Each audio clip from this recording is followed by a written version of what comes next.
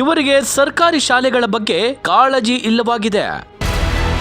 ಆದರೆ ಸರ್ಕಾರಿ ಕೆಲಸ, ಸಂಬಳ, ಗಿಂಬಳ ಎಲ್ಲವೂ ಬೇಕಾಗಿದೆ. ಶಿಕ್ಷಣ ಅಧಿಕಾರಿಗಳ, ಶಿಕ್ಷಕರ ಬೇಜವಾಬ್ದಾರಿ ನಡೆ, ಪೋಷಕರ ಆಕ್ರೋಶ.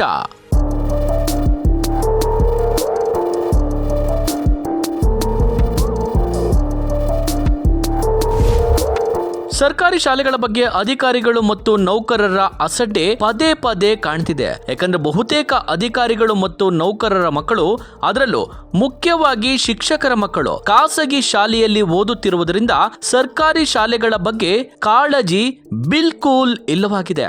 ಈ ವರ್ಷ ಶೈಕ್ಷಣಿಕ ಅವಧಿ ಮುಗಿಯುವ ಮೊದಲು, ಪರೀಕ್ಷೆಗಳು ನಡೆಯುವ ಮೊದಲು, ಪರೀಕ್ಷೆ ನಡೆಯುತ್ತಿರುವಾಗಲೇ ಜನಗಣತಿಗೆ ತರಬೇತಿಗಾಗಿ ಶೃಂಗೇರಿ ತಾಲೂಕಿನಲ್ಲಿ ಮಾತ್ರ ಶಿಕ್ಷಕರನ್ನ ನಿಯೋಜಿಸಿ ತಹಶೀಲ್ದಾರ್ ಆದೇಶ ಮಾಡಿದ್ದಾರೆ. ಇವರಿಗೆ ಶಿಕ್ಷಣದ ಕಾಳಜಿ ತೋರಿಸಬೇಕಾಗಿದ್ದ ಕ್ಷೇತ್ರ ಶಿಕ್ಷಣಾಧಿಕಾರಿಗಳೇ ಬೇಜವಾಬ್ದಾರಿ ತೋರಿಸಿರುವುದು ಬಹುತೇಕ ಪೋಷಕರಿಗೆ ಬೇಸರ ಉಂಟು ಮಾಡಿದೆ.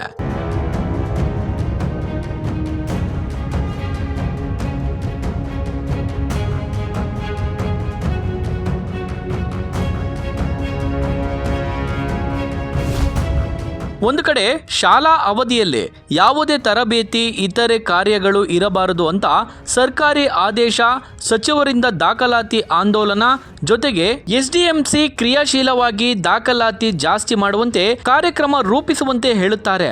ಆದರೆ ಪದೇ ಪದೇ ತರಬೇತಿ ಹೆಸರಲ್ಲಿ ಇತರೆ ಕೆಲಸಗಳನ್ನು ತರಗತಿ ಅವಧಿಯಲ್ಲಿ ಕೊಡುತ್ತಿರುವುದರಿಂದ ಪೋಷಕರಿಗೆ ಗೊಂದಲ ಉಂಟಾಗ್ತಿದೆ.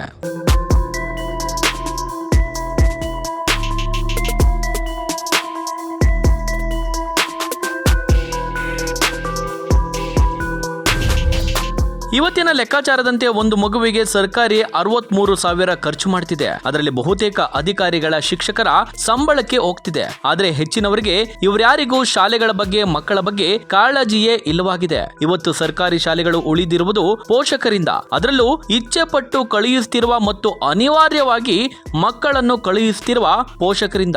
ಮುಂದೆ ಇದೆಲ್ಲ ಗಮನಿಸಿ ಸರಿ ಮಾಡದಿದ್ರೆ ನೌಕರರ ಸಂಘದಂತೆ ಪೋಷಕರ ಸಂಘವು ರಾಜ್ಯದಲ್ಲಿ ಅಸ್ತಿತ್ವಕ್ಕೆ ಬಂದು ಹೋರಾಟ ರೂಪಿಸಬೇಕಾಗ್ತದೆ. ಆ ಮೂಲಕ ಸೋಮಾರಿ ಅಧಿಕಾರಿಗಳು ಮತ್ತು ಶಿಕ್ಷಕರ ಕೆಲಸ ನೆನಪಿಸಬೇಕಾಗ್ತದೆ.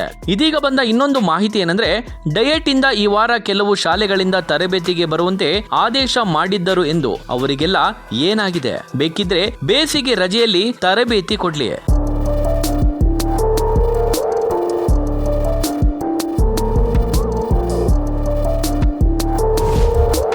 ಪ್ರೌಢಶಾಲೆಗಳಲ್ಲಿ 8 ಮತ್ತು 9ನೇ ತರಗತಿಗಳವರೆಗೆ ನೇರ ಮಂಡಳಿಯಿಂದಲೇ ಪ್ರಶ್ನೆ ಪತ್ರಿಕೆ ಬರುವ ವ್ಯವಸ್ಥೆ ಈ ವರ್ಷ ಮಾಡಲಾಗಿದೆ. ಈ ಪರೀಕ್ಷೆ ಮುಗಿಯುವುದು ಏಪ್ರಿಲ್ 9ನೇ ತಾರೀಕಿಗೆ. ಆದರೆ ಏಪ್ರಿಲ್ 7ನೇ ತಾರೀಕಿನಿಂದ ಎಸ್ಎಸ್ಎಲ್ಸಿ ಪರೀಕ್ಷೆ ಮೌಲ್ಯಮಾಪನ ಕಾರ್ಯ ಆರಂಭವಾಗಲಿದೆ. 8 ಮತ್ತು 9ನೇ ತರಗತಿಗಳ ಕೊನೆಯ ಪರೀಕ್ಷೆಗಳ ಮೌಲ್ಯಮಾಪನ ಕಾರ್ಯ ಮುಗಿಸಿ ಆನ್ಲೈನ್ ನಲ್ಲಿ ಅಪ್ಲೋಡ್ ಮಾಡಲು ಹೇಗೆ ಸಾಧ್ಯ? ಇದಲ್ಲದೆ ಹೈಸ್ಕೂಲ್ಗಳ ಸಮುದಾಯದತ್ತ ಶಾಲೆ ಏಪ್ರಿಲ್ 9ನೇ ತಾರೀಕು ಇದೆ. ಇದೊಂದು ಶಾಲಾ ಶೈಕ್ಷಣಿಕ ಪ್ರಕ್ರಿಯೆಯ ಪ್ರಮುಖ ಕಾರ್ಯಕ್ರಮ. ಆದರೆ ಹೆಚ್ಚಿನ ಶಾಲೆಗಳಲ್ಲಿ ಎಲ್ಲಾ ಹೈಸ್ಕೂಲ್ ಟೀಚರ್ಗಳು ಎಸ್ಎಸ್ಎಲ್ಸಿ ಮೌಲ್ಯಮಾಪನ ಕಾರ್ಯಕ್ಕೆ ನಿಯೋಜಿಸಲಾಗಿದೆ.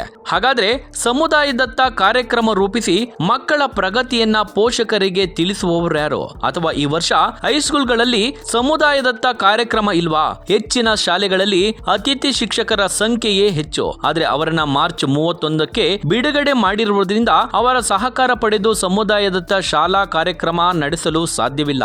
ಈ ಹಿಂದೆ ಶಾಲಾ ಹಂತದಲ್ಲಿ 8 ಮತ್ತು 9ನೇ ತರಗತಿ ವಾರ್ಷಿಕ ಪರೀಕ್ಷೆ ನಡೆಸುತ್ತಿದ್ರು. ಆಗ ಸ್ಥಳೀಯ ಸಮಸ್ಯೆಗೆ ಅನುಗುಣವಾಗಿ ಪರೀಕ್ಷೆ ದಿನವನ್ನ ನಿಗದಿಪಡಿಸುತ್ತಿದ್ರು. ಆದ್ರೆ ಆ ಎಲ್ಲಾ ಜವಾಬ್ದಾರಿಯನ್ನ ಪರೀಕ್ಷಾ ಮಂಡಳಿ ವಹಿಸಿಕೊಂಡಿದ್ದು ಈ ಎಲ್ಲಾ ಸಮಸ್ಯೆಗೆ ಕಾರಣವಾಗಿದೆ. ಸ್ನೇಹಿತರೆ, ಈ ಸುದ್ದಿಗೆ ಸಂಬಂಧಪಟ್ಟಾಗಿ ನಿಮ್ಮ ಅನಿಸಿಕೆಯನ್ನು ಕಮೆಂಟ್ ಮಾಡಿ. ನೋಡ್ತಾರೆ ಈ ಸಂಜೆ ನ್ಯೂಸ್, ಇದು ಸಮಸ್ತ ಕನ್ನಡಿಗರ ಧ್ವನಿ.